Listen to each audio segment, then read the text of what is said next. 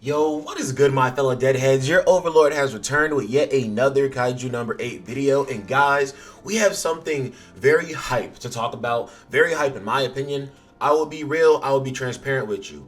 I woke up this morning and I was sitting here like, damn, what video am I going to do this morning before I go to work? You know, what am I going to talk about, right? And I feel like it's been a few days since I've talked and touched on any points of my boy Chester Lockburn here, right? So I was over here like, damn, will Chester Lockburn be the first support unit? I don't know. But it would be crazy if he was like the first support unit. And I was going off on this whole tangent.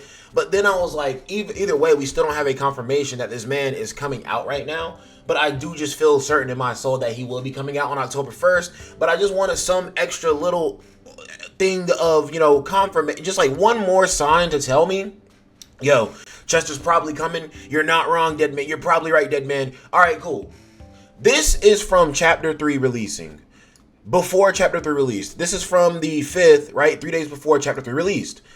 On the 5th, when Chapter 3 released, or not even on the, or not on the 8th when Chapter 3 released, is that when Sagan came? Or, okay, we'll be back. Yeah, so if you look here, you can actually see that Mina's announcement was on the 5th.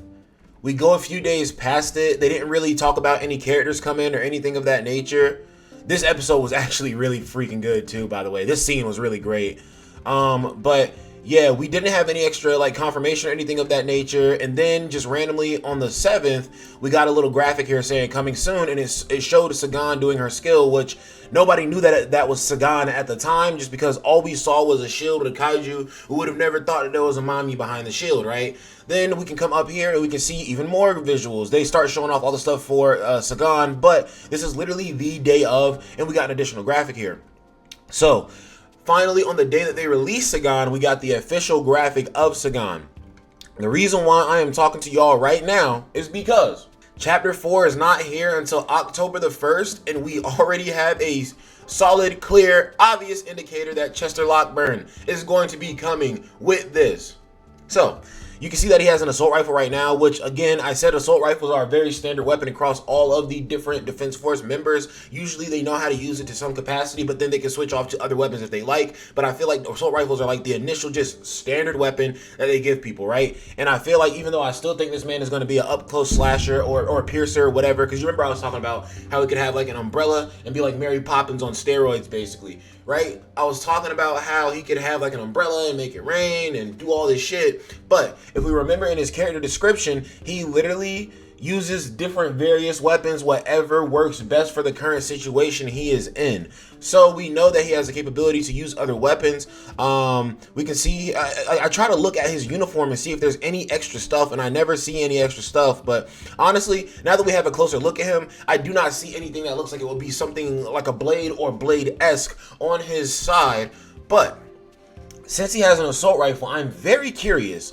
Assault rifles are the most generalized weapon in this game, and there are so many different effects on assault rifles.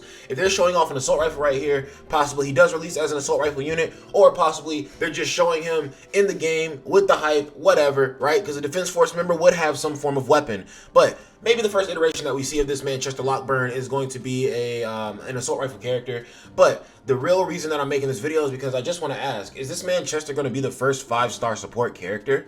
I feel like we don't have, or literally we don't have any 5-star supports in the game, and I'm going to be honest with you. Top 3 characters in the game, one of them is a 4-star, and his name is Hoshina. Y'all can sit here and try to debate with me and say that Hoshina is not one of the best 3 characters in the game, but I'll be honest with you. When this man can be put beside any DPS and make them look like an absolute god, I'm sorry, bro. I gotta give you your props for that shit. Especially because support is always very important in games like this. And yes, Mina's support is really good, and Rio support is really good too. And Rio support is probably even better for a full wide team kind of like aspect. The thing about it is, speed is a very important thing when talking about supporters, because the more speed they have, the more interactions they get, and the more they can do, right, in the battle for their team against the enemy.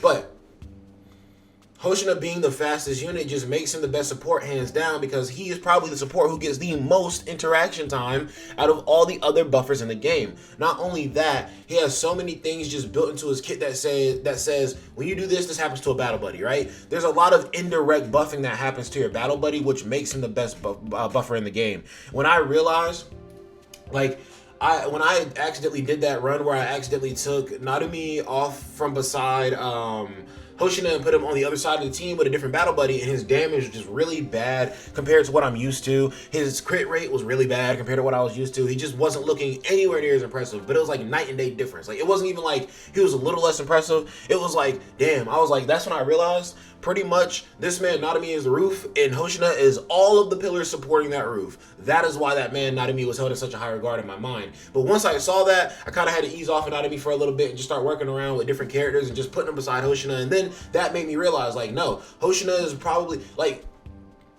obviously you know you need a DPS, but DPSs are interchangeable in the game. Let me go to the game to show you what I'm talking about. So guys, if we take a look at the attacker role in the game, we can see that the attacker role is really full, and there are 24 characters in the game. So you can already see that attackers make up over half of the characters in this game. So we have 14 attackers right here, and at least 1, 2, 3, 4, 5, 6, 7. I would say, honestly, I feel like all of the 5-star attackers are actually pretty goated. The only one that I did not include just now in that count was Rin Shinonome, but that's because she's goated for a different reason. I feel like you can build her a bunch of different ways, because I feel like she's just not going to be enough damage to be your main DPS in really hard content. So I feel like she's going to be relegated to a support type of character. But even still, maybe then she is a bad attacker because she's not good at attacking, but maybe she's like a better, or not a supporting, but good at support damage. Like, maybe you do have, and that would only help an early mission, to be honest. Like, because if I go into a mission and Narumi and Hoshina aren't one-tapping enemies, it's probably because I'm just in the first like turns of the stage. But once you get past those first turns type of, oh dude, 10% battery, fucking goodness. Once you get past those first few turns, you know, obviously your character is built out a little bit more and can do much better damage. But you can see here that we have a lot of different attackers. You saw I had to turn up the speed because the battery is low. We have a bunch of different attackers on this category right here. So it's just like the attacker is going to be interchangeable, and you know you need to put an attacker to do damage to the enemies. But again, interchangeable, you have so many different options, and you can pick up options for free at the start of the game. So it's just not really that important to think about your attackers, right? But then when you talk about supporters, very, very small in number, and Narumi's not a supporter. He's just there because he's on the main squad. But I'll be honest with you, the only 3 supporters in here who are absolutely god tier cracked are the top 3 that you see right there that are all level 90 and above. Ihadu actually is not that bad. I actually do like Ihadu because of his shock and his debuffing that he does, and I actually do want to get him fully built out. And I also feel like they're going to release a cracked version of Ihadu later on in the future. And then these 2 are just dog shit. And then if you look at defenders, like Defenders are getting the same treatment as attackers, but for a different reason. Whereas you don't really worry about an attacker because you know you have so many options of them. You don't really worry about a defender because the content in this game doesn't really require you to be that tanky. Just like a very few select things, I feel like.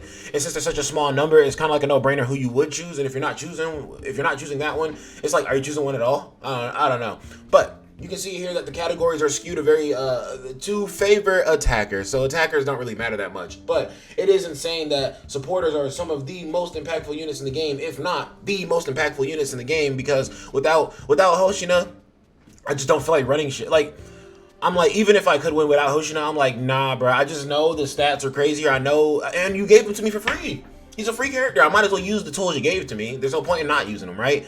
Then Mina as well. I've started to freshly use her, falling in love with her 4-star character, just like I already fell in love with Hoshina's 4-star because it's so cracked. And Rio is also busted as well. Like, I'll never sleep on Rio. I like his team-wide buffs. I do need to level up his skills a little bit more. But literally, once I realized how much Hoshina was giving to the team, I literally started focusing all my efforts on this man Hoshina. I'm like, okay, let me get this man some all orange uniparts here so I can boost the speed to the max level. I even leveled up his weapon. Bro, to give you an idea of how cracked Hoshina is, when I realized what he was doing for my team, I went to the shop, I used my standard banner points to buy the last copy of his twin swords, or the other Hoshina's twin swords, just to give to him, so his speed was maxed out. And now his damage looks a little bit better, obviously, but it's like he's not a damage unit, but we were here for the speed, and now his speed is absolutely cracked out. We still need to get the all orange unit parts right here to make sure his speed is getting boosted by 12%, I believe, instead of 8%. But yes, we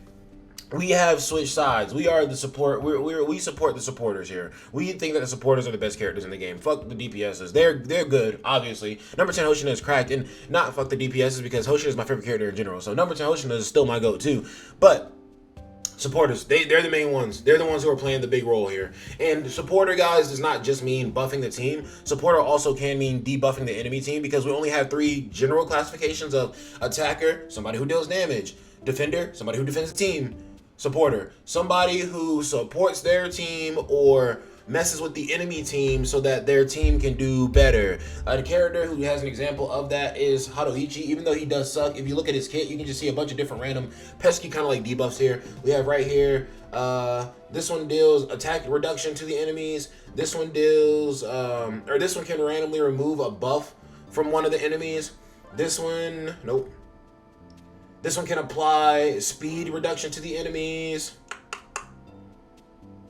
And then he gets extra damage for attacking already debuffed Kaiju, but he sucks in himself. It doesn't really matter that much. But yes, I think that Chester will be the first supporter character, because Chester is probably going to be the first water character as well. And if they're going to break the meta in one way, they might as well completely just flip it on his head. I don't know. I feel like they've been teasing putting water in already, because we have a fierce battle area against the enemy that has water with the soaked debuff, and also that boy Chester is just cold. And I can't front of you, I noticed that everybody in Sagan's squad actually wears like this little fur coat shit. Even if you look at Suited, I'm pretty sure she has like a little fur coat like that. She doesn't even fight or anything like that. And she's in a lab all day. So I don't think that the coat is to determine anything about weather or anything of that nature, because Sagan literally uses fire and she's wearing the raincoat, right? Or the winter coat. So this man Chester could just be in the winter coat, because that is what closers like limited edition, you know, like uniform is. But I still think this man Chester is going to be water. But now I'm throwing an extra fork in the wrench, and I'm going to say that this man is going to be the first 5-star supporter as well, because we have no 5-star supporters, and supporters are just so impactful in this game.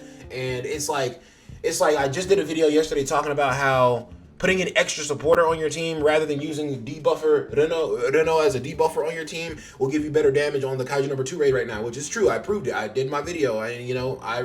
I recorded it up. I showed you guys the results. Deadman hit 3 billion. Not in the video, but I hit 3 billion with the team from the video, and I explained how I got up to the 3 billion. I knew how I did it, right? So it's just like, doesn't really matter. But yes, Chester is going to be a 5-star supporter that's going to be coming out on October 1st. And I think that he's coming out on October 1st certainly now, because they didn't even like, with Sagan, they didn't show her at this point. We waited a little bit, and then on the day of her release, we got shown at this point.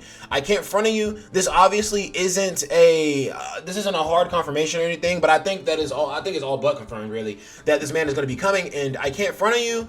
We need to get to a point where Akatsuki is just saying stuff outright beforehand. We need patch notes. We need to know that a character is coming so that we can start saving our resources a few days in advance rather than a fucking few seconds before. But nonetheless, I am glad that they took the initiative to at least put this man Chester, make it a little bit obvious that Chester is coming, right? And since Chester is coming, I don't think that they're going to miss out on capitalizing on that opportunity, because it's just like Chester comes to the game and he can use various different weapons. If he can use various different weapons, that means that you can use different variants of the character later on in the future. And if you can use different variants of the character later on in the future, why wouldn't you just go ahead and drop them right now to capitalize on the hype of a character that has been never before seen to do anything in Kaiju number anything, right? But guys, that's going to be it for my video. If you guys did enjoy the video, then you can go down below and leave a like on the video. That's your boy DEADMANVINCE. Sorry guys, that was odd. I just completely blanked on my outro. If you guys did enjoy the video, you can go down below, leave a like on the video, hit the subscribe and hit the notification bell so you can get notified every single time the Deadman decides to glide. You can also comment down below and let me know what you want to know. But remember, the Deadman does love you, and the Deadman does believe we'll be seeing that boy Chester Lockburn on the 1st of October. So guys, get ready, get your cubes saved up. I'm probably not gonna, so originally my plan was to summon on the day that he comes out, and summon up till I get to a 600 pity point again. But I think what I'm going to do is, since I already have Hoshina and everything, and I'm already working on characters, I think rather when this man Chester comes out, I think what I'm going to do is keep working on a few more characters and try to get all my 5 stars to level 100 first. And then I'll go ahead and afterwards start farming materials to max out him and his weapon. And then after the fact, I will summon for him on a later date. Y'all know how I do. Y'all know I do my summon videos way after the banner has released, like basically right before the banner is leaving. But also, you know, as a result of me waiting to do my summons, that my summon luck is always absolutely god tier. So I can't front you. I don't think I've done a summon video and summoned less than 2 copies of a character in the video. And I don't necessarily like summon to pity every video. Like I I think I only summoned to pity one video or really close to pity on one video. But yeah, I get really good rates, man. I don't complain about the rates in this game because I understand that rates at the end of the day are going to be a continual thing that people bicker about, and I take the rates as they come and I rig the rates for myself, and I got the Dead Man's Cadence on lock. But if you guys did enjoy the video, then go down below, leave a like on the video, and do all the other stuff that I already said before, and go check out my guide on Kaiju number 2 with the best team, because the Dead Man did hit 3 billion damage with a pretty free-to-play team, I'd say. But yeah, that's going to be it for the Dead Man. He loves you. Please love yourself. Peace out.